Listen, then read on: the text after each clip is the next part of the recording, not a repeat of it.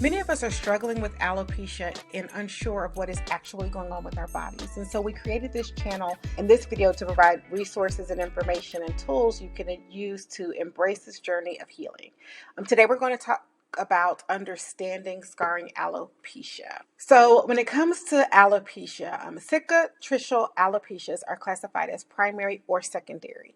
In primary cicatricial alopecia, the hair follicle is the target of a destructive inflammatory process. In secondary cicatricial alopecia, the destruction is related to an external injury like a severe infection, a burn, a radiation, or a tumor. Today, we're really going to focus on primary cicatricial alopecia. Primary cicatricial alopecia refers to a diverse group of rare disorders that destroy the hair follicle and replace it with scar tissue, resulting in permanent hair loss. Some of the signs and symptoms are scaling on the scalp. There could be increased or decreased pigmentation, draining issues. Oftentimes, it's severe itching and burning throughout the scalp or in the very affected area. Sometimes their individuals have no symptoms at all. It's important to note that it is not contagious. There is oftentimes inflammation literally on the scalp, and that was actually one of my symptoms.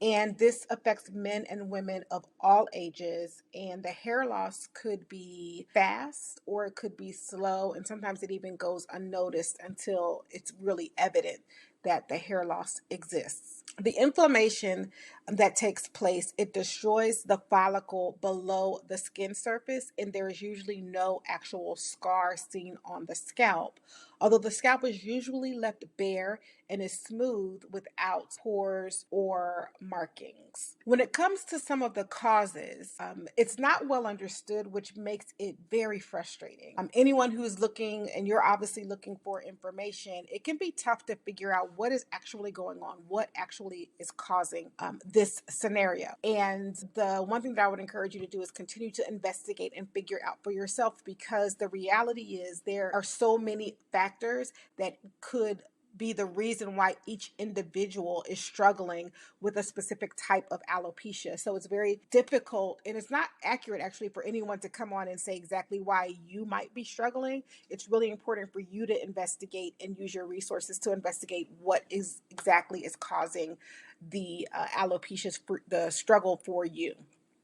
All cicatricial alopecias involve inflammation directed at the upper part of the hair follicle where the stem cells and the sebaceous gland are located. And you can see that in the photo to your left there. If the stem cells and sebaceous gland are destroyed, according to science, it is not possible for regeneration of the hair follicle. However, there are new developments in this space. And I found that as I was doing research that where there are people who may have even had the scarring happen, but hair has regrown. My situation, it was early scarring alopecia, and my hair regrew. So when we talk about treatment options, the first thing is to get a biopsy and an official diagnosis from a dermatologist. I'll link to some dermatologists below, and you can identify which dermatologists specialize in treating hair loss. And when you go to that dermatologist, they should do a full examination. They should ask about everything related to your health. They should do blood work. They should try to figure out if there are any other areas within your health that could be causing the alopecia or the hair loss. What I'm saying basically is make sure you get a full examination. I'll link to a story below, but I had to get two opinions in order to get an official diagnosis. So the results from the biopsy can determine the actual type and location and the amount of inflammation that exists and what a plan of action could be. So it's really important to get that biopsy and to have a thorough examination.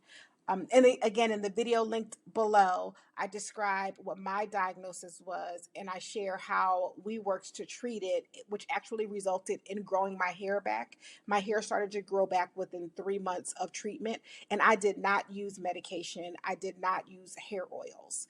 So now I'm not against medication or hair oils, so make sure whatever your doctor recommends that you are in agreement with that plan of action. And so the other area that is really important that is not talked about a lot um, is inflammation. So every article that I read as I was doing my own research referred to inflammation, but very few addressed how to treat inflammation in the body.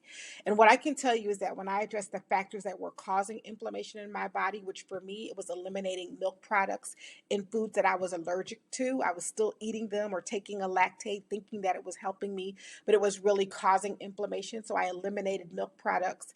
And then I added in anti-inflammatory foods, leafy greens, omega-3s, berries, citrus, vegetables. My hair started to grow and recover.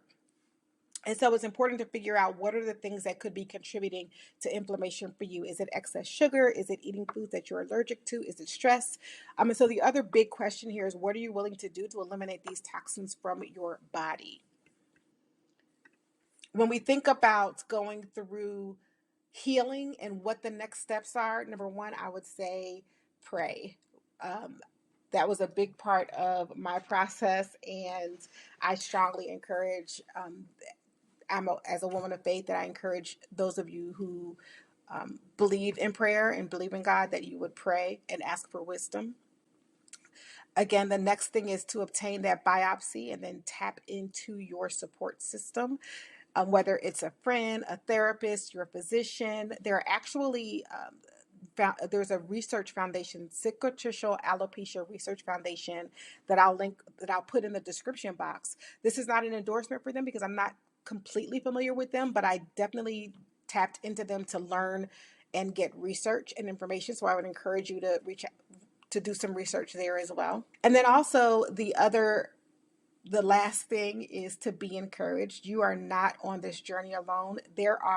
When I was doing my research and finding there are literally thousands of people that are in this same scenario, and we are in this journey together and we will get through it. So I encourage you as you're on this journey. I'd love to walk with you on this journey. Drop a note in the comment section.